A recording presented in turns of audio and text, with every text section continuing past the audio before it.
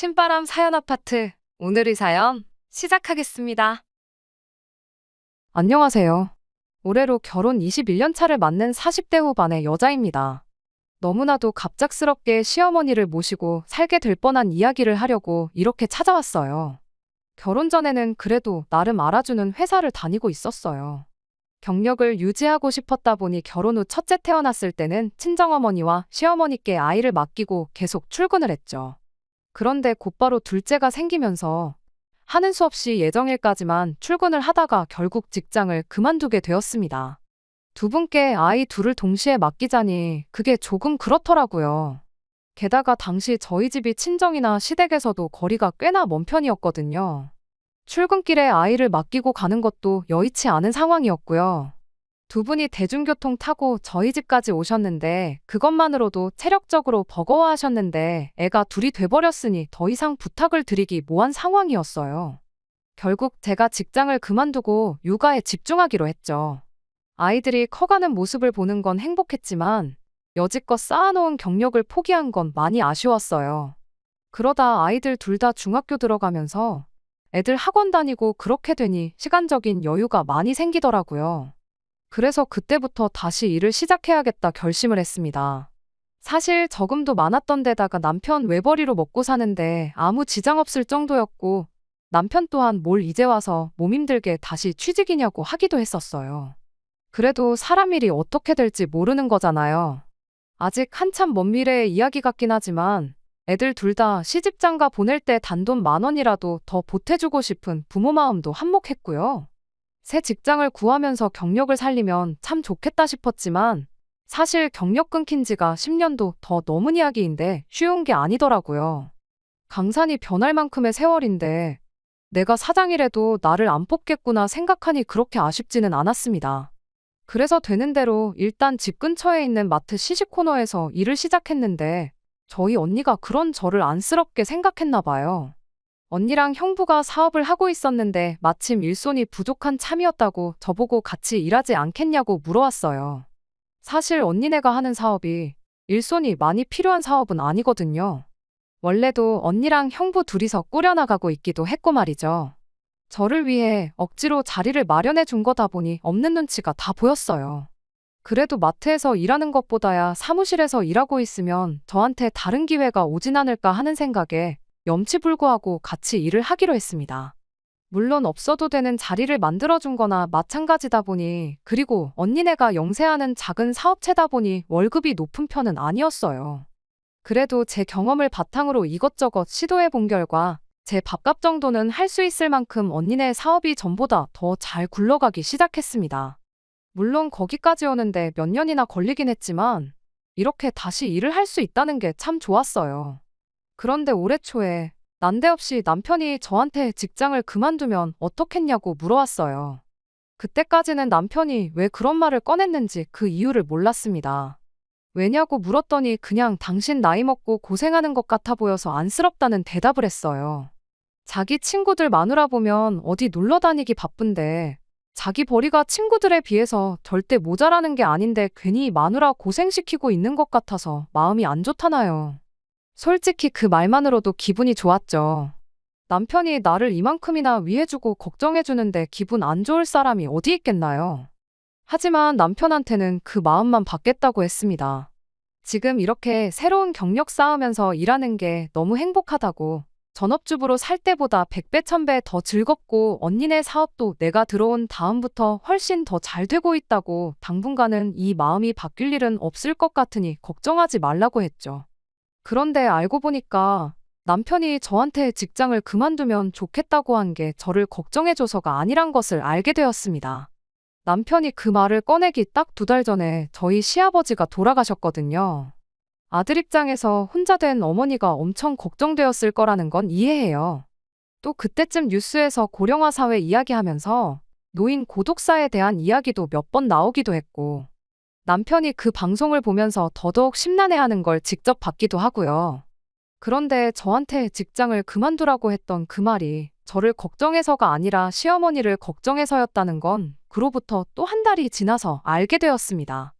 우리 첫째가 군대를 가게 되면서 논산에 있는 훈련소까지 제가 바래다 주게 되었어요. 남편은 회사 일 때문에 일정 조율이 힘들었지만 저는 언니랑 일하고 있었기에 이런 부분에 있어서는 비교적 자유로웠거든요. 아들 입대 전날 저희 가족들끼리 식사를 했어요. 그러다 남편이 논산이면 근처에 대전이 있지 않냐고 조금 돌아가더라도 대전 유명한 빵집 들려서 빵 좀 사와봐라 그러더라고요. 딸아이도 요즘 거기 빵이 유행이라고 새벽부터 줄 서서 사는데 없어서 못 파는 빵도 있다더라 하면서 나도 먹어보고 싶으니까 꼭 좀 사가지고 와달라 관심을 보였죠. 아들은 당장 내일 입대하니까 조금 넋이나가 있었고요. 빵이니 뭐니 그게 다 무슨 소용 있냐는 듯한 표정이었죠. 아무튼 저도 딸아이가 먹어보고 싶어 하니까 조금 돌아서 가더라도 들러서 이것저것 사오겠다고 대답했습니다. 그런데 또 막상 그게 안 되더라고요. 새벽부터 일찍 일어나 2시간 거리를 운전하고 간 게 그렇게 피곤하진 않았는데 아들이 훈련소 들어가는 걸 보니까 마음이 싱숭생숭 하더라고요. 막상 빵 같은 거 챙길 기분도 아니었고요. 딸아이한테 전화해서 빵은 안 사가도 되냐고 물었더니 농담으로 했던 말이라고 나중에 친구들하고 놀러가서 사 먹어도 되니 걱정 말고 빨리 오라 하대요. 빵 이야기는 딸아이보다 남편이 먼저 꺼낸 말이긴 했지만 남편이야 당연히 내 기분을 이해해주겠거니 생각해서 연락도 안 했어요. 그렇게 원래 예상한 것보다 집에 2시간 일찍 도착하게 되었습니다. 그런데 집에 돌아왔더니 남편이 저보다 먼저 집에 와 있더라고요.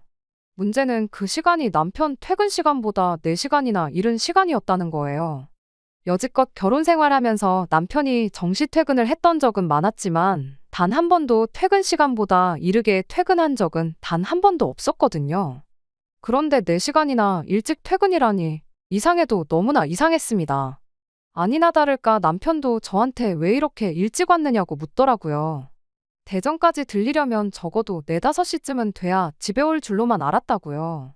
그래서 남편한테 기분이 울적해서 그냥 일찍 왔다고 대답했습니다.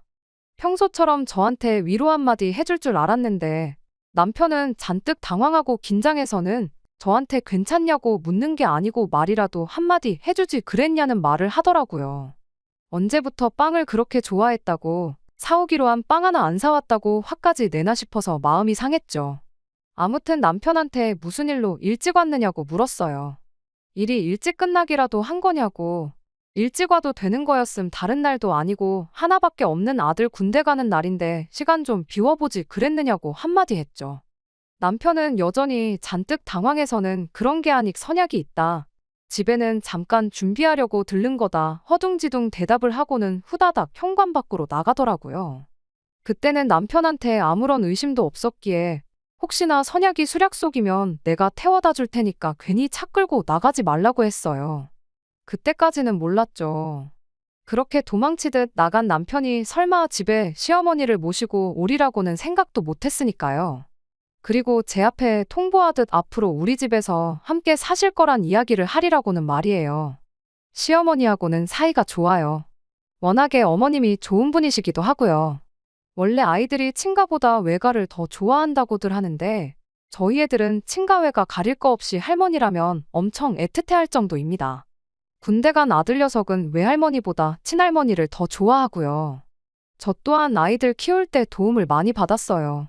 회사 그만두고 전업주부 시작한 동안에도 어머님이 한동안 저희 집에 와주면서 저를 도와주시곤 했었거든요. 아버님이 돌아가시고 나서 언젠가 저도 어렴풋이 시어머니를 모시고 살면 어떤가 하는 생각을 가졌던 적이 있을 정도로 저 또한 어머님께 마음의 빚 같은 게 있는 상황입니다. 그런데 문제는 남편이었어요. 어머님을 모시고 온 것도 같이 사는 것도 다 좋은데 가족들한테 상의 한마디 없이 모시고 왔다는 게 문제였지요. 심지어 전날에 아들 군대 간다고 모처럼 내 가족이 다 모여서 한참 대화도 나누고 그랬잖아요. 그런데 어떻게 그거에 관련된 말 한마디 없이 어떻게 하루아침에 시어머니를 집에 모시고 올 수 있는지 그리고 오늘부터 함께 살게 되었다고 통보를 할 수 있는지 싶었습니다. 아니나 다를까 아르바이트 마치고 집에 와 있던 딸이 이게 다 무슨 상황이냐고 묻더라고요. 남편은 네 오빠 군대 가면서 집에 방이 하나 비게 되지 않았느냐고 할머니가 그 방 쓰시면서 당분간 한 집에 지내면 좋을 것 같아 그랬다고 하더군요. 그때 어머님도 상황이 어떻게 돌아가고 있는 건지 어느 정도 눈치를 채셨나 봐요.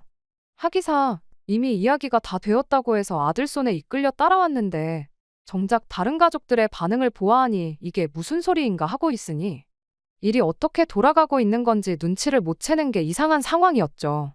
그 와중에 시어머니가 저한테 물으셨어요. 나 들어와서 산다고 직장 그만두기로 했다던데 그건 사실이느냐고요. 제가 그게 무슨 말씀이시냐고 대답도 하기 전에 남편이 먼저 오만상을 쓰고는 선수를 치더군요.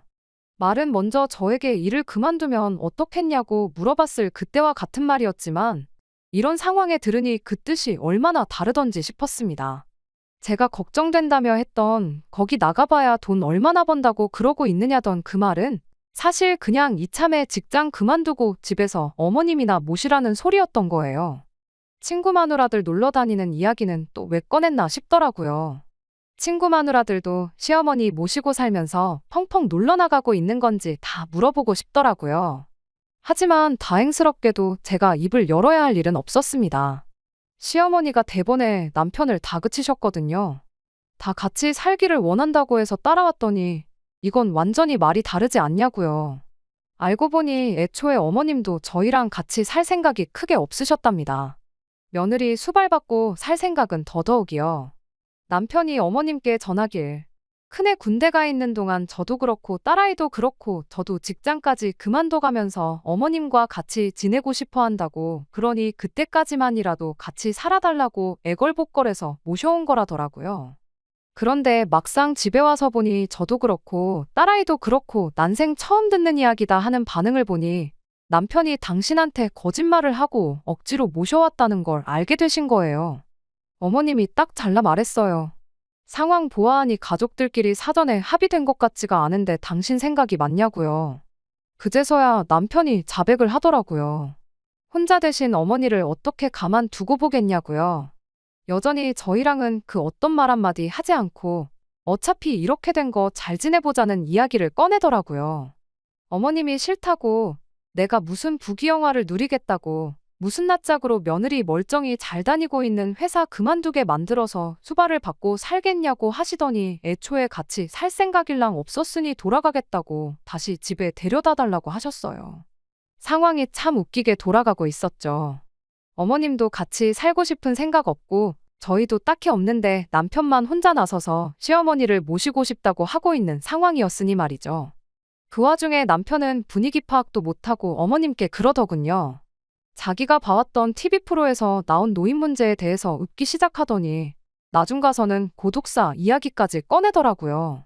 여태까지 내가 이 자리에 올 수 있었던 건 어머니가 자기를 바른 길로 인도해 주시고 잘 키워주셨기에 그러는 건데 이번에 효도하면서 그 은혜를 갚고 싶다고 하면서 오신 김에 그냥 같이 살자고 어머님께 애처럼 조르기 시작하는 거 아니겠어요? 어머님도 남편의 발언에 어이가 없다는 듯 실소가 터져서는 한마디 하시더군요. 네 키워준 은혜를 왜 며느리한테 갚으라고 그러느냐고요. 내가 너를 키웠지 얘를 키웠냐고 한마디 하시니 남편이 거기다 대고 시어머니한테 자신있게 부부는 일심동체 아니겠냐고 대답을 하더라고요. 어머님은 대번에 남편한테 아주 말장난을 하고 있다고 입만 살아서 부모한테 해야 할 효도 마누라한테 떠넘기지 말고 네가 직접 해보라고 했어요. 당장에 회사 그만두고 와서 내 먹을 밥이고 내가 지낼 방 청소고 내가 입고 쓴 옷까지며 이부자리 빨래까지 네가 다 하라고요. 키워준 은혜는 너만 받았는데 애꿎은 애 고생시키지 말고 말이 그렇게 쉬우면 네가 직접 하라고 하시더군요. 남편이 대번에 자기는 집안 가장으로서 돈을 벌어와야 해서 안 된다고 하더라고요. 거기에 또 어머님이 한마디 해주셨지요. 네 아빠 죽으면서 남기고 간 돈도 꽤 되고 죽기 전에 모아놓은 것도 상당하다고요. 평생 먹고 살 걱정 없게 해줄 테니 어디 한번 네가 모셔봐라 한마디 하시고는 저랑 딸아이한테도 다시 의견을 물어봐 주셨어요. 당신 수발 드는 걸 비롯해 어머님과 관련된 모든 것들은 남편이 회사 그만두고 와서 하는 걸로 하자고요. 그렇게 하면 니들도 불만 없지 않겠냐고 물으셨는데 저랑 딸아이가 약속이라도 한 듯이 동시에 그러자고 대답을 했어요. 그랬더니 남편 표정이 순식간에 안 좋아지더라고요. 어머님이 순간 그걸 캐치해서는 왜 그러냐고 하기 싫으냐고 했더니 남편이 우물쭈물하면서 대답하길 내가 뭐 밥을 할 줄 아는 것도 아니고 집안일을 더 잘하는 사람이 있는데 굳이 내가 해야 하느냐 이러고 있더라고요. 어머님은 또 남편한테 한마디 해주셨어요. 니도 어려워서 못하는 걸 왜 남한테 시키느냐고요. 니가 진짜 이 애미가 걱정돼서 모시고 살고 싶걸랑 직접 모실 자신 있을 때 와서 같이 살자고 하라 하셨어요. 오늘은 이미 시간이 늦었으니 하루는 자고 가겠는데 내일 날 박는 대로 집에 돌아가겠다 하셨고요. 그날은 같이 외식을 했는데 남편 말 한마디 못하고 있는 꼴을 보니까 어머님 덕분에 속이 다 후련하더라고요. 아침 박자마자 어머님 댁까지 제가 모셔다 드렸어요. 어차피 직장까지 방향이 비슷해서 어려울 게 없었습니다. 어머님이 저한테 대뜸 사과부터 하시더라고요. 자식 교육 똑바로 못 시켜서 미안하다고요. 어머님께 그게 무슨 사과까지 하실 일이라고 그러시냐고 손사래를 쳤지요. 오히려 제가 먼저 모시고 살자고 말을 꺼내지 못해서 죄송하다 했어요. 어머님은 같이 살면 불편해서 내가 내 명에 못 산다고 천수 누리고 살고 싶으니 합가하자는 말 일랑 절대 꺼내지 말아달라고 또 한마디 하셨네요. 그리고 아무리 남편한테 그렇게 호되게 하시긴 했어도 아들 걱정이 되긴 하셨나 봐요. 저런 놈이라도 너무 미워하지 말고 밥도 잘 챙겨주고 하라고요. 그 나이에 이혼당하면 지만 손해인 걸 아직도 모르는지 싶다고. 그리고 이제야 남편 뒷바라지 해주는 거 끝이 났는데 아들 뒷바라지 해주면서 살고 싶은 생각일랑 전혀 없으니 혹시나 이걸 이유로 이혼해서 내 품에 아들 돌려주는 일이 없었으면 좋겠다고 이야기하시대요.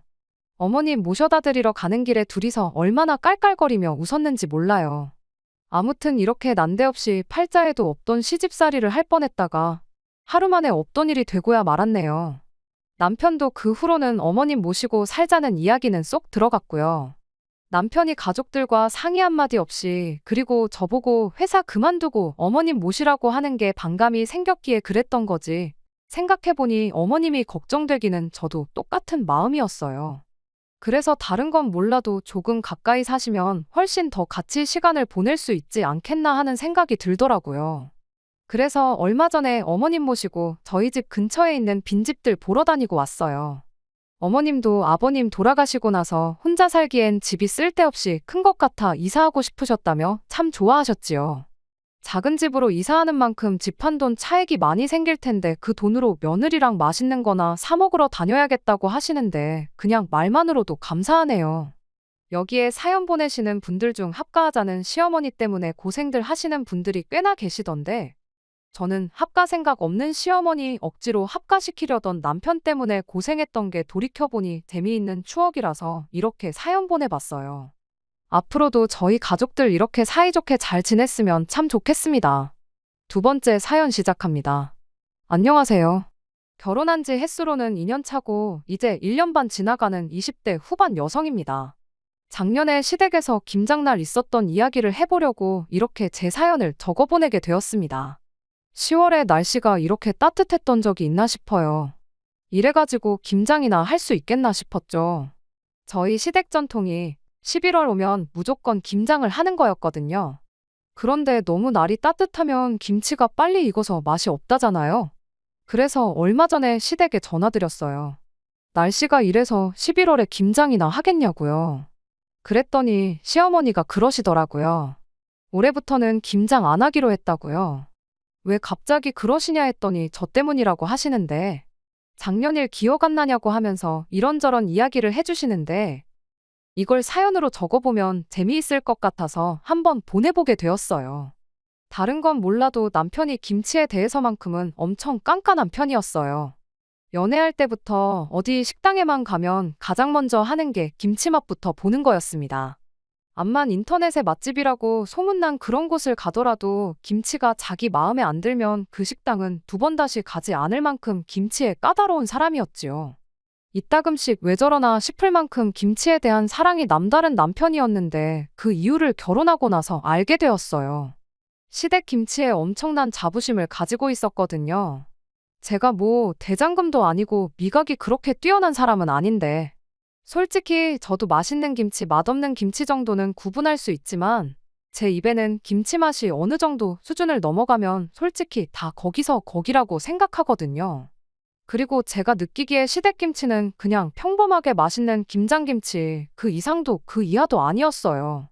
일전에는 남편이 시댁에서 인연 숙성시켰다는 묵은지를 가져왔었습니다. 그날 돼지갈비 사다가 찜해 먹었는데 정말 맛있게 먹기는 맛있게 먹었어요. 그런데 솔직히 제 입맛이 무뎌서 그런 걸 수도 있지만 밖에서 파는 거랑 그렇게 큰 차이는 안 나더라고요. 뭐 밖에서 파는 게 조미료를 때려 넣어서 그랬다느니 그러면 할 말 없지만 묵은지라고 해서 엄청 고기 맛이 더 좋아지는 것도 아니고 국물이 더 시원해지는 것도 아니었어요. 왜 그렇게 김장김치에 자부심을 가지고 목을 매는 건가 그런 생각을 했는데 세상에 맙소사 알고 보니 시댁 김치가 고조할머니 때부터 대대손손 전해져 오는 120년 전통의 레시피가 있어서 그런답니다. 그 사실을 결혼하고 한참 지나고 김장철이 다 돼서야 알았어요. 전통 방식의 김장을 해야 한다며 저보고 회사에 3박 4일 휴가까지 내라길래 세상에 이게 무슨 일인가 싶었습니다. 남편한테 무슨 김장을 3박 4일 동안 하느냐고 그냥 우리는 김치 안 먹고 밖에서 사서 먹으면 안 되냐고 했는데 시댁에서는 김장이 엄청 큰 행사니까 절대 빠지면 안 된다고 하더라고요. 3박 4일 김장하는 집이라고 결혼 전에 말을 했어도 그것 때문에 파혼을 하거나 하지는 않았을 텐데 얼마나 힘들길래 그걸 결혼 전부터 숨겼고 왜 이 사실을 결혼하고 나서도 한참이 지나서야 말해주는지 싶었습니다. 김장하는데 대체 뭐 때문에 3박 4일을 하는가 싶었는데 배추 절이는 것부터가 시작이었어요. 당연히 편하게 절여져 있는 배추 사다가 할 줄 알았는데 거기서부터도 120년 전통의 비법이 시작되는 거였습니다. 온 집안 식구들이 나눠 먹을 거라서 배추만 해도 400포기나 되었어요. 난생 처음 보는 김치 공장급 스케일에 넋이 나가더라고요. 그런데 보자 하니까 아주 어이가 없었습니다. 저희 말고도 다른 시댁 식구들 전부 다 시댁에 와 있거든요. 시고모님들은 출가 외인이라고 김장날 안 오는가 싶었고요. 그런데 일하는 사람들은 보니까 전부 여자들 뿐이었습니다. 배추밭에서 배추랑 무 뽑아오는 건 다 같이 하긴 했어요. 그런데 배추 절일 때 보니까 그건 저를 포함해서 시어머니, 시숙모님들만 죽어라고 그 힘든 일을 하고 있었어요. 남편은 물론이고 시숙님들 시아버지 또한 도와줄 생각일랑 안 하고 작년에 묻어놓은 김치 꺼내다가 한참 일하고 있는 저희들 옆에서 고기 구워 먹으며 술 먹고 노래하고 떠들고 아주 놀고 있더라고요. 도무지 이해가 안 돼서 이게 무슨 상황인 거냐고 물어봤어요. 왜 힘쓰는 일을 하는데 남자들은 놀고 여자들만 일하고 있냐고요. 그랬더니 어머님이 말하기를 이게 집안 전통이랍니다.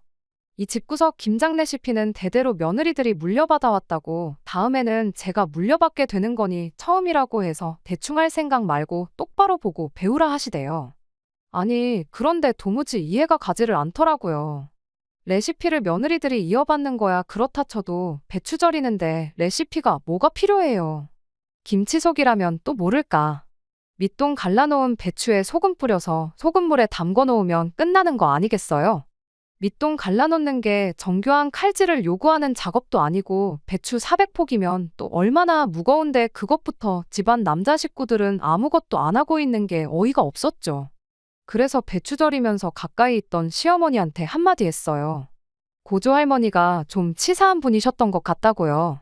아들 자식들 김장날 고생하는 꼴이 보기 싫어서 4대에 걸쳐 내려오게 만든 그 소중한 김장 비법을 며느리한테만 물려주신 거 아니겠냐고요. 그런데 그거 생각 잘못하신 거라고 사실 비법은 며느리가 아니라 자식들한테 물려주셨어야 했다고 했습니다. 어머님이 그게 무슨 소리냐고 하시길래 막말로 그렇지 않냐고.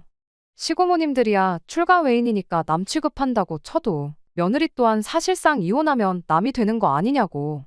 당연히 비법은 아들한테 물려줬어야지. 왜 그걸 며느리한테 물려주기로 정한 건지 이해가 가질 않는다 했습니다.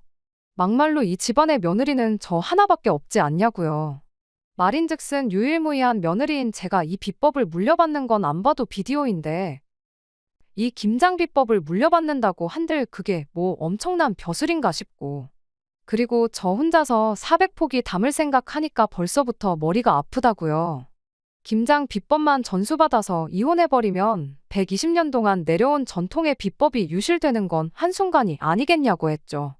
시어머니 앞에서 이혼 이야기를 꺼내는 게 좀 되바라진 모습 같긴 했지만 말이 그렇다는 거지 당장 이혼을 한다는 이야기는 아니었으니 어머님도 딱히 뭐라고는 안 하셨어요. 그런데 제 이야기 들어보니까 시어머니는 물론이고 시숙모님들도 그렇구나 싶으셨나 보더라고요. 어머님 때야 이혼이 큰 흠이 되니까 생각을 못 하셨을 수도 있겠지만 저희는 아니잖아요.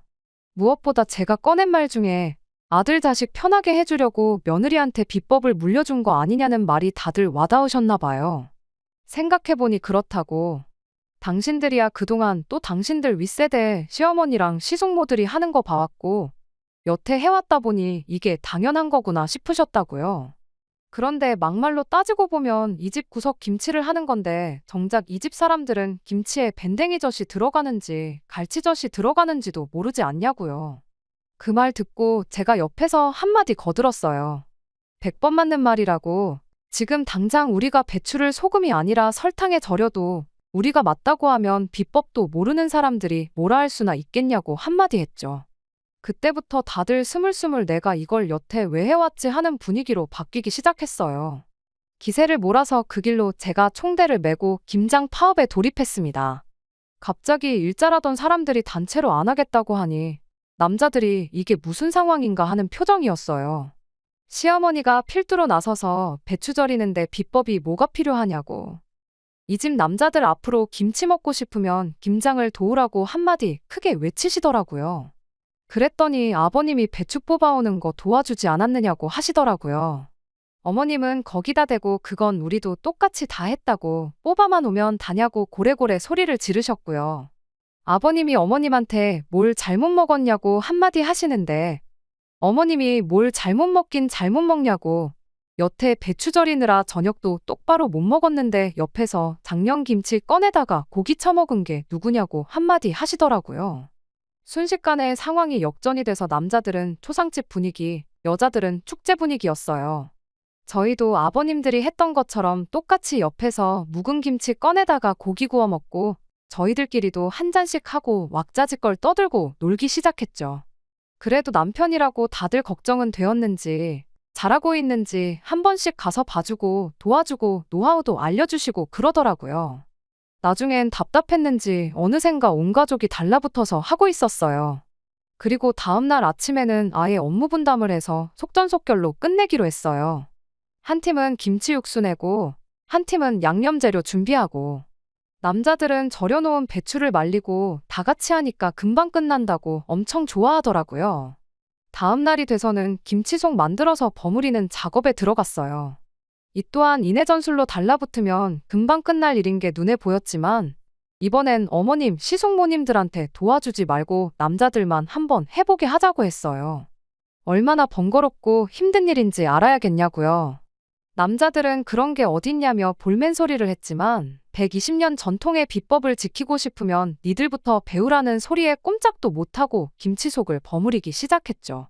그동안 저는 어머님하고 시숙모님 모시고 읍내에 있는 농협에 가서 돼지고기를 잔뜩 사가지고 왔습니다. 김장 당일날에 또 갓 삶은 수육이 빠질 수가 없잖아요.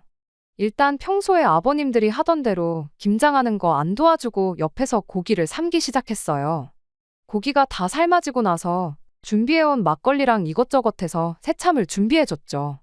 일하고 먹으니까 더 맛있다며 분위기도 참 좋았어요. 새참 끝나고 나서는 저희도 발벗고 나서서 김치속 버무리는 걸 도왔습니다. 이내전술로 다 같이 달라붙으니 예상한 대로 400포기도 금방이더라고요. 분위기도 전에 없이 좋았는데 저녁이 되니까 어이없는 상황이 발생했어요. 시고모님들이 하나둘씩 와서 김장김치를 내놓으라고 하고 있었으니까요. 하기야 400포기라니 많아도 너무 많다 싶었습니다. 고조할머니가 알고 보니 아들 사랑이 대단한 게 아니고 자식 사랑이 대단하신 분이셨던 거예요. 그렇게 매해 며느리들 부려먹어서 김장시키고 힘들게 담근 김치를 자기 딸들한테 나눠주는 시스템까지 만드셨더라고요. 매해 공짜로 가져가셨지만 올해부터는 안 된다고 김치가 드시고 싶으면 직접 와서 김장을 도우시던지 아니면 김치 10kg에 10만 원씩 내고 가져가시라고 했어요. 대번에 10kg에 10만 원씩 하는 김치가 세상에 어디 있냐고 원성이 자자하더라고요. 그럼 사드시면 되겠네요 하고 올해부터 김장김치는 없으니까 그렇게 아시라고 말했어요. 그렇게 시고모님들한테 받아낸 돈은 어머님하고 시숙모님들한테 똑같이 나눠서 드렸습니다. 고생한 거에 비하면 얼마 안 되는 돈이긴 하지만 이게 어디냐 했더니 다들 좋아하시더라고요. 아무튼 그렇게 제가 시집 오고 나서 첫 김장은 그렇게 끝이 났어요. 올해 김장을 안 하게 된 이유는 일단 날씨 때문에 배추 농사를 완전히 망했다는 게 가장 큰 이유였어요. 그리고 시고모님들도 올해도 김장김치 돈 주고 사가야 되면 자기들은 필요 없다고 그냥 마트표 김치 사서 먹겠다고 했다더라고요. 아버님들도 당장 그날에는 즐겁게 하시는 척 했지만 엄청 고생하셔서 그랬나. 올해는 그렇게 고생하기 싫다고 하셨다더라고요. 배추도 직접 기른 배추가 아니다 보니 뭔가 그동안 먹던 김치 느낌이 아닐 것 같다고 올해는 그렇게 김장을 안 하기로 했다는 겁니다. 날씨도 날씨 나름이고요. 120년 동안 한 해도 빠짐없이 했던 김장인데 이렇게 쉽게 안 해도 되는 거였으면 왜 그렇게 며느리를 부려먹어서 꾸역꾸역 했는지 싶네요. 내년 되면 또 어떻게 나오실란지는 모르겠지만 내년에도 호락호락 해드릴 용의가 없네요. 시어머니도 내년에도 잘 부탁한다고 농담처럼 한마디 해주셨고요. 그냥 김장철도 다가오고 해서 지난 이야기지만 한번 이렇게 꺼내보았습니다. 혹시나 여러분들 중에 집에서 직접 김치를 담그시는데 집안 식구 누구든 간에 일손 한번 안 보태고 김치만 먹으려고 하면 따끔하게 한마디 해주세요. 안 도와주면 국물도 없다고요. 끝까지 들어주셔서 감사합니다. 오늘의 사연은 여기까지입니다.